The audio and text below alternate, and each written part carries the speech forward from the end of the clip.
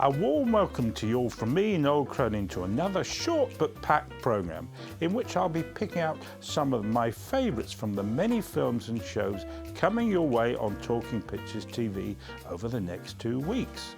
Along the way we'll meet William Holden, Sophie Loren and Ava Gardner. We'll learn about the history of those great old songs.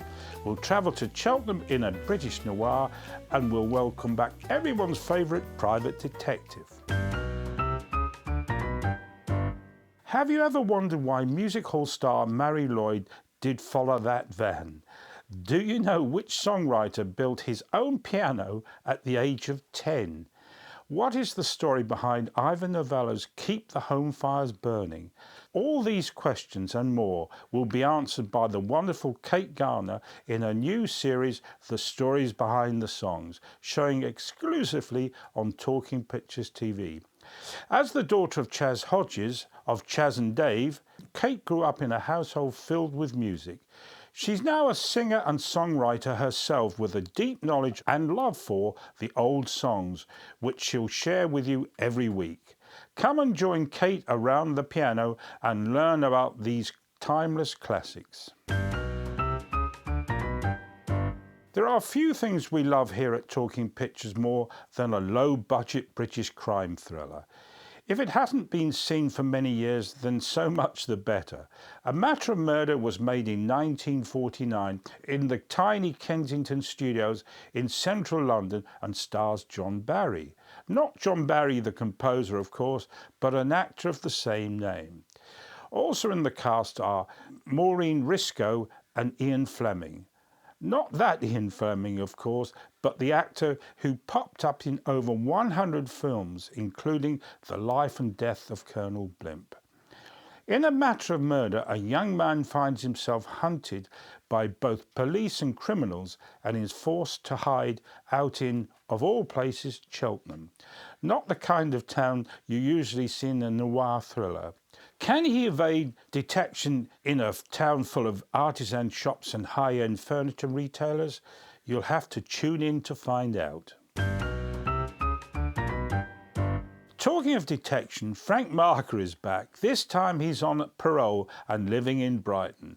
Public Eye is without doubt one of the most popular series we have ever shown on the channel. Much of its popularity is due to the magnificent central performance by Alfred Burke. What an actor he was. His long career encompassed everything from Shakespeare to Harry Potter films, not forgetting the series Enemy at the Door.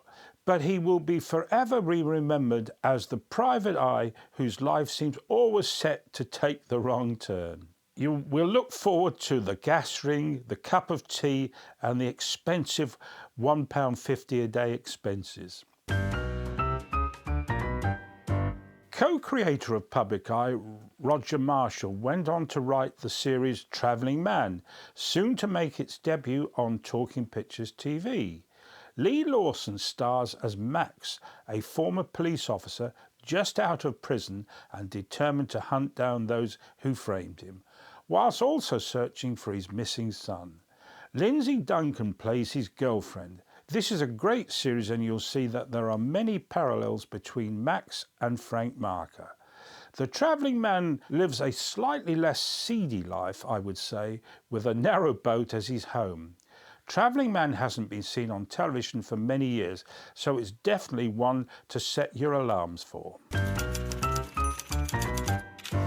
I love receiving your letters and emails. Do keep them coming. You have some great stories to tell. The arrival of Zed Cars on Talking Pictures TV reminded Tim Glasspool of this very funny incident from his childhood.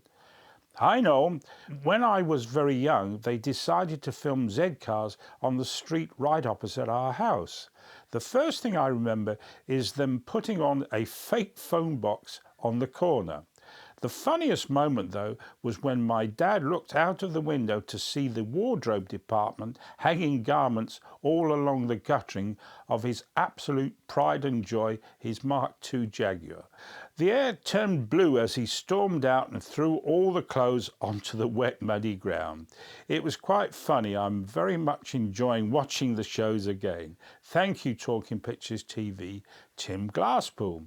Yeah, I guess the props weren't dreadfully happy about having their clothes thrown on the muddy floor, but they should have asked permission, I suppose. Billy Wilder was one of the greatest filmmakers of all time. He was the man in the director's chair for Double Indemnity, Sunset Boulevard, Some Like It Hot, and many other classics. Much less well known his penultimate film, the 1978's Fedora. This film reunited him with star of Sunset Boulevard, William Holden. Fedora is somewhat different in tone to those two. Holden plays a has-been film producer keen to lure the once huge star Fedora back for one last role. There's a twist in this tale I guarantee you won't see coming, so do make a date to see this fascinating film. My final film choice is also from the 1970s, the decade that gave us so many great disaster films with huge international casts. The Cassandra Crossing, made in 1976, is one of the biggest of them all. It was co-produced by that titan of film and television, Lou Grade, and Carlo Ponti, husband of the film star Sophie Loren. There's a strain of pneumonic plague being carried on a train between Geneva and Stockholm. To add to the drama, there's a terrorist aboard too. Did I mention that Ava Gardner and Burt Lancaster are along for the ride too? The Cassandra Crossing is a proper action film like they used to make them, and one you won't want to miss.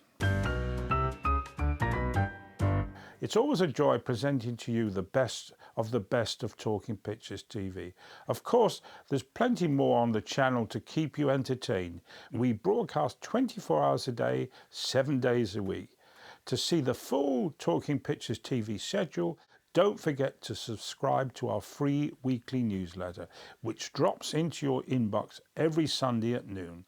Tell your friends about it too.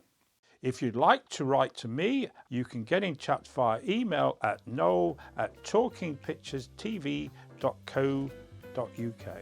If you prefer to put pen to paper, the address to write to is Talking Pictures TV, PO Box 592, Kings Langley, Hertfordshire, WD4 4DB. And do join me again soon for more of What's on Talking Pictures TV.